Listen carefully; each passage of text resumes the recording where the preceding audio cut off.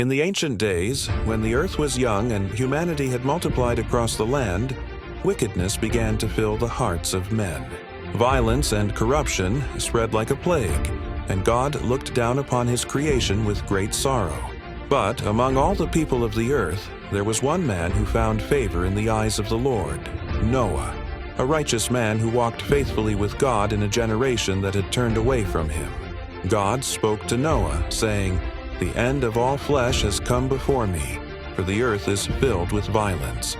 Behold, I will destroy them along with the earth, but I will establish my covenant with you." The Lord commanded Noah to build an ark of gopher wood, giving him precise measurements: 300 cubits long, 50 cubits wide, and 30 cubits high. The ark was to have 3 decks, rooms throughout, and a window for light. For many years, Noah labored alongside his sons, Shem, Ham, and Japheth. They cut timber, shaped planks, and sealed every joint with pitch. The people around them mocked and laughed, for no rain had fallen, and no flood seemed near.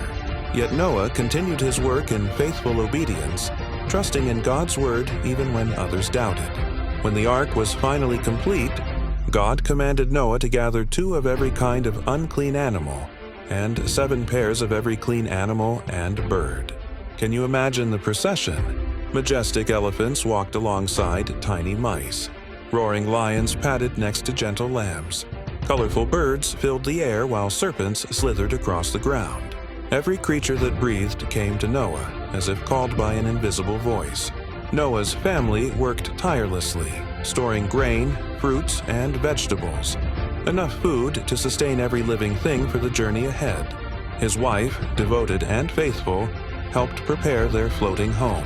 His sons and their wives gathered supplies and made ready their quarters. Then came the day of judgment. The sky, which had been clear for so long, began to darken. The first drops of rain fell gently, then harder, then in torrents that had never been seen before. But the rain was not alone. The great fountains of the deep burst open and water erupted from beneath the earth. For 40 days and 40 nights the deluge continued without ceasing. The waters rose higher and higher, covering the hills, then the mountains.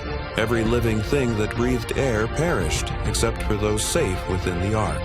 The massive vessel, built by human hands but protected by divine power, floated securely above the chaos below. Inside the ark, Noah and his family cared for their precious cargo. They fed the animals, cleaned their quarters, and marveled at how natural enemies lived in peace within those wooden walls. Months passed as they drifted on the endless sea that now covered the entire earth. After many days, Noah opened the window and released a raven, which flew back and forth until the waters dried up. Then he sent out a dove, but it found no place to rest and returned to the ark. 7 days later, Noah sent the dove out again, and this time it returned in the evening with a fresh olive leaf in its beak, a sign that plant life was emerging from the receding waters. When the dove did not return on its 3rd journey, Noah knew the earth was ready. The ark came to rest on the mountains of Ararat, and God spoke to Noah. "Go out from the ark, you and your wife, and your sons and your sons' wives. Bring out every living thing that is with you, so that they may swarm on the earth and be fruitful and multiply." As they stepped onto dry ground for the first time in over a year, Noah built an altar and offered sacrifices of thanksgiving to the Lord. The sweet aroma pleased God, who made a covenant with Noah and all his descendants. "Never again will I destroy the earth by flood. As long as earth endures, seed time and harvest, cold and heat, summer and winter, day and night shall not cease."